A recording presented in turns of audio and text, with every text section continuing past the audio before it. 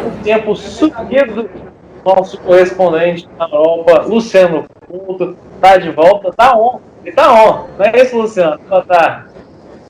Estou on aqui em Porto, mercado de bom sucesso, um local delicioso. Recomendo para todo mundo que vem visitar Porto aqui em Portugal tomar uma cerveja puro malte aqui, que é uma especialidade da casa onde eu estou, muito boa por sinal. E eu tô meio sumido por conta de muito serviço, graças a Deus, nesse final de temporada, né? Verão aí acabando, as aulas iniciando, e é mais ou menos sobre isso que a gente vai conversar. Graças a Deus a coisa tá moendo, como dizem aí no Brasil, né? E que bom que mesmo aí nessa correria você conseguiu aí um tempinho aqui para bater um papo com a gente e nos atualizar de como que anda a vida em Portugal. E você já iniciou falando que o verão está acabando, as férias aí estão se encerrando e as aulas vão voltar. Isso é prova que a pandemia aí está praticamente controlada, né? Ou está controlada, né, Luciano? Na verdade, Daniel, o que acontece é que as pessoas já entenderam que não tem como combater o vírus dentro de casa. As pessoas têm que sair para trabalhar, elas têm que viver, a vida continua. Isso é uma pesquisa aqui num grupo especializado da Inglaterra, onde a maioria das pessoas que foram contaminadas por Covid na Itália, por exemplo, elas estavam dentro de casa, porque não tem jeito, não tem para onde fugir, você vai encarar. E as crianças são as menos afetadas. Então as aulas estão voltando normalmente, agora a partir de 1º de setembro, voltariam em agosto, se fosse no calendário normal, mas com essa mudança vão voltar agora em setembro. Universidades já estão funcionando, né, às vezes em 2 períodos, ao invés de fazer todos os dias da semana, algumas aulas vão permanecer online, mas 2 ou 3 vezes por semana elas ficam acontecendo presencialmente. Mas esse período é um período que os portugueses, o europeu em geral, tiram férias, que é o verão europeu.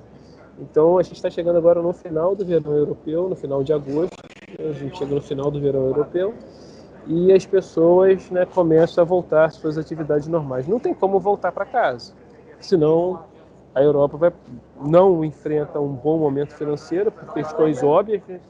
Ninguém no mundo enfrenta, e eles vão ter que trabalhar. Então, a primeira parte realmente é isso. Agora está voltando, né, o verão está finalizando, aliás, voltando às aulas, às atividades normais, as pessoas não têm como ficar em casa, por motivos óbvios, precisam comer.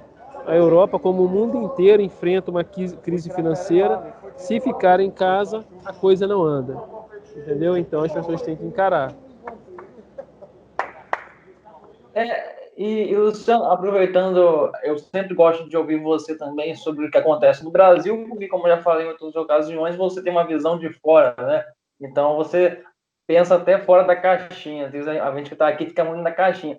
Você falou que aí na Europa, em Portugal, já entenderam como que vai se enfrentar essa situação. Por que você acha que é... Melhor, você acha que aqui no Brasil nós estamos começando a entender ou você acha que ainda está difícil? Que não, o pessoal, a maioria não conseguiu ainda ver como que vai ter que ser feito para poder enfrentar. Eu vou dar minha opinião, Daniel. Eu quero deixar bem claro que isso é minha opinião, a minha leitura. Se o Brasil tivesse seguido as recomendações e as dicas que o presidente Bolsonaro estava tentando desde o início, o Brasil estaria bem melhor. Eu digo isso porque a OMS acabou de dizer que a China vai fazer tratamento com cloroquina. Então, ou seja, Bolsonaro não estava errado. Quem é o genocida agora? Então, por isso que eu estou falando, é uma opinião particular, né? Eu acredito que a gente tem um bom líder. Eu costumo ouvir de algumas pessoas daqui que nós temos o melhor presidente do mundo. Por que ele é o melhor? Não é porque ele sabe fazer as coisas, é porque ele sabe que ele não sabe. E ele delega quem entende, a quem ele confia. E isso é a vantagem. Então eu acredito que o Brasil perdeu muito tempo por questões de disputa ideológica. Isso certamente não partiu, por mais que ele teve bastante falha na minha avaliação, mas não partiu dele, de brigas ideológicas provocadas por ele, né?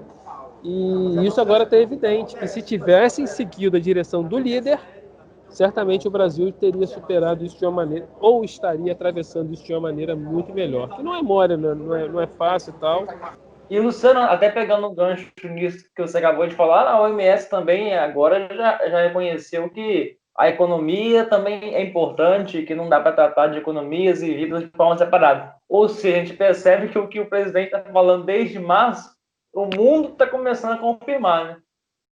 É, e vidas poderiam ter sido salvas se não colocasse a ideologia, né, em primeiro lugar, né? Eles criticaram tanto o Bolsonaro e o Paulo Guedes por acharem que estavam colocando a economia em primeiro lugar, só que ficou evidente que eles estavam colocando a ideologia em primeiro lugar. Isso foi muito cruel, custou vidas, ainda custa vidas, mas eu espero que agora a gente engate com a melhora no Brasil. É provável, Daniel, que a partir de agora a gente está ouvindo um burburinho aqui de que a fronteira para o Brasil e Portugal está praticamente fechada, só vem cidadão, né? E cidadão português ou alguém que vai fazer está com algum tipo de visto especial. Mas é bem provável que agora em setembro as coisas se abram, até por conta dessas novas revelações. Não tem como enfrentar um vírus desse sentado em casa. Infelizmente, vidas estão sendo perdidas e vão ser perdidas, mas a maneira correta certamente não é sentado em casa encarando isso. Não vai ser moleza. E, Luciano, a gente notou que no meio dessa pandemia, pelo mundo, e principalmente no Brasil, houve muita hipocrisia.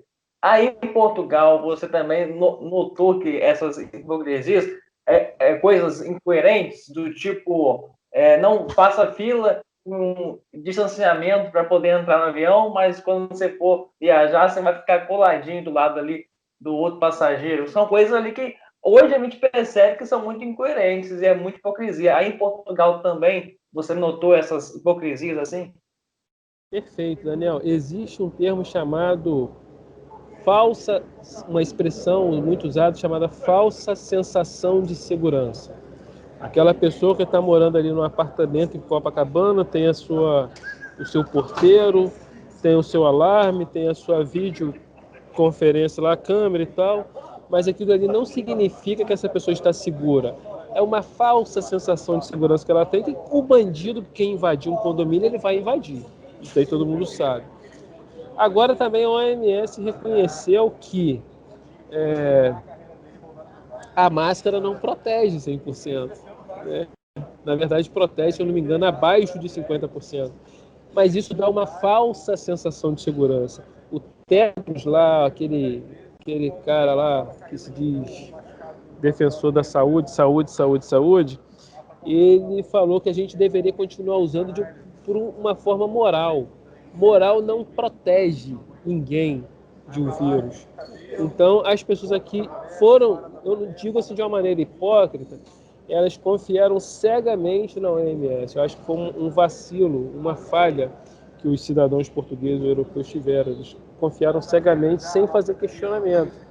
E as pessoas estão dentro dos ônibus, aqui a gente chama de comboio, dos coletivos, a gente está dentro dos metros, a gente está dentro dos autocarros, né? No caso dos ônibus são autocarros, comboios são os trens.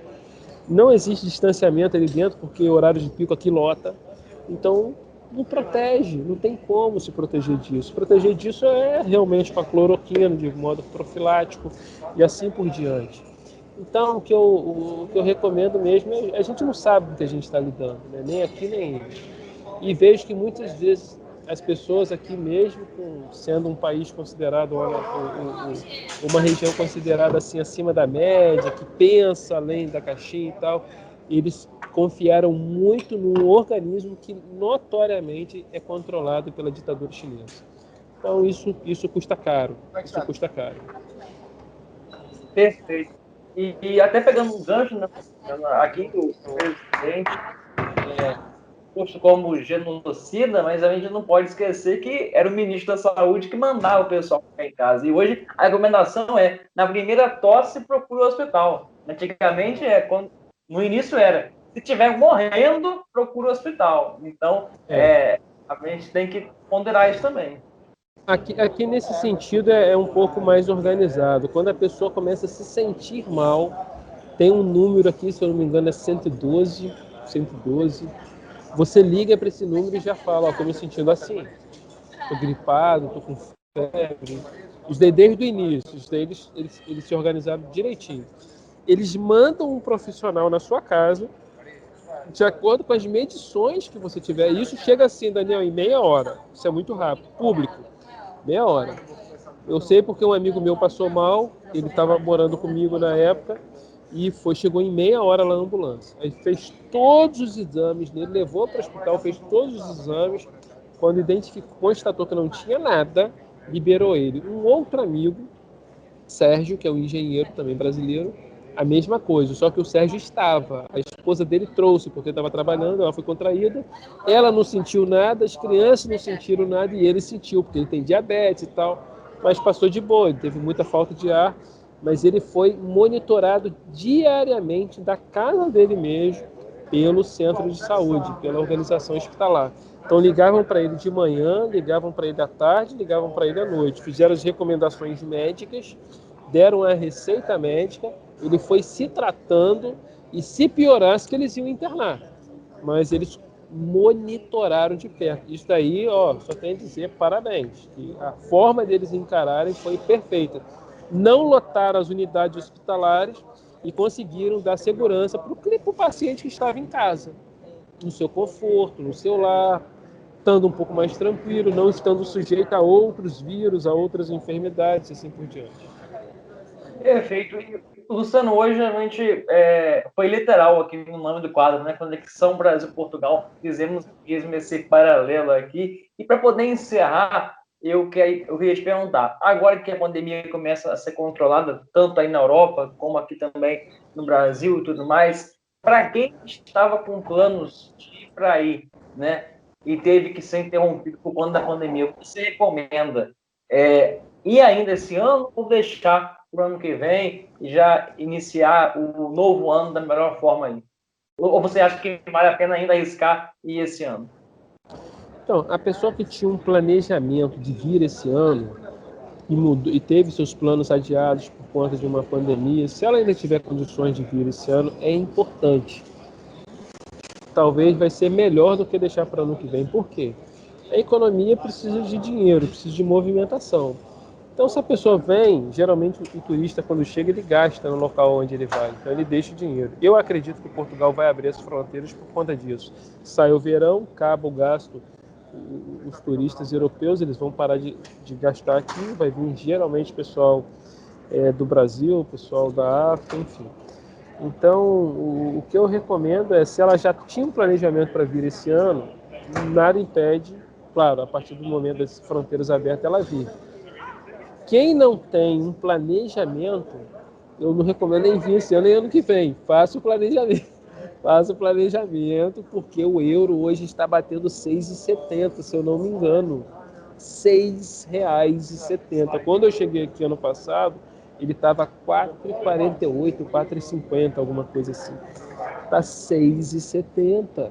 Então, assim, quem fez o planejamento precisa rever, e quem não tem o seu planejamento precisa se planejar, juntar uma grana, começar a guardar dinheiro em dólar, fazer alguma aplicação em dólar, em euro, para que a moeda não perca tanto valor na hora de vir para cá. Agora, quem de fato não tem, vai ficar um pouco pesado, Daniel. Vir para cá agora vai ficar um pouco pesado. Aí, Luciano Couto, diretamente do Mercadão de Madureira, ali tomando a sua cerveja. Aqui é bom sucesso, bom sucesso, bom sucesso. Ter os bairros tipo Rio de Janeiro aí. Bom Eu tenho sucesso. saudade do Mercadão de Madureira, tenho muita saudade daquele Mercadão lá, mas ainda não é aquele lá, não é aquele samba gostoso que tem lá. Mas bom sucesso também faz aí uma lembrança boa ao Rio de Janeiro também. Tem sim. O Luciano aí, pelo sábado, tá ali na resenha, mas é uma resenha de trabalho, né, Luciano? É importante dizer. Puro malte, estou aqui esperando já algumas pessoas. Tem aqui o meu parceiro Fabiano aqui que trabalha comigo, vou fazer entrevista ali com um rapaz que também está para trabalhar com a gente, um pedreiro. A mão de obra aqui é muito escassa. O pedreiro aqui é peso de ouro, eu estou atrás de pedreiro. Se você é pedreiro, está aqui, por favor, entre em contato, que eu preciso muito. Mas a gente vai moendo, a gente vai trabalhando, sábado, domingo, feriado, não tem essa não. E que bom que aí mesmo, como eu disse, na correria, você conseguiu aí um tempinho aqui para a gente do Se Liga Show. Já estávamos aí sentindo falta aí do seu tom de conversa. Obrigado. Eu E que até agradeço. bom Prazer é trabalho aí. meu, cara. Prazer é meu. Essa correria mesmo, você sabe como é que é, mas sábado, assim, de repente, fica um tempo melhor pra gente, com certeza, estar conversando, fazendo essa live. E eu estou à disposição aí. Eu quero que você saiba que o prazer é todo meu. Gosto de compartilhar. Qualquer dúvida que alguém tiver com você, pode perguntar em inbox, que eu vou te responder, né? Se surgirem dúvidas, que eu mando para você, você responde a pessoa aí. Estamos aqui para servir, cara. Valeu, Luciano. Um abraço, muito obrigado e até breve. Até a próxima. Bom trabalho Valeu. aí. Te espero aqui, hein, cara. Tá precisando vir, hein? Com certeza. Hashtag partiu. Portugal tá on. Valeu. Então tá bom. Valeu.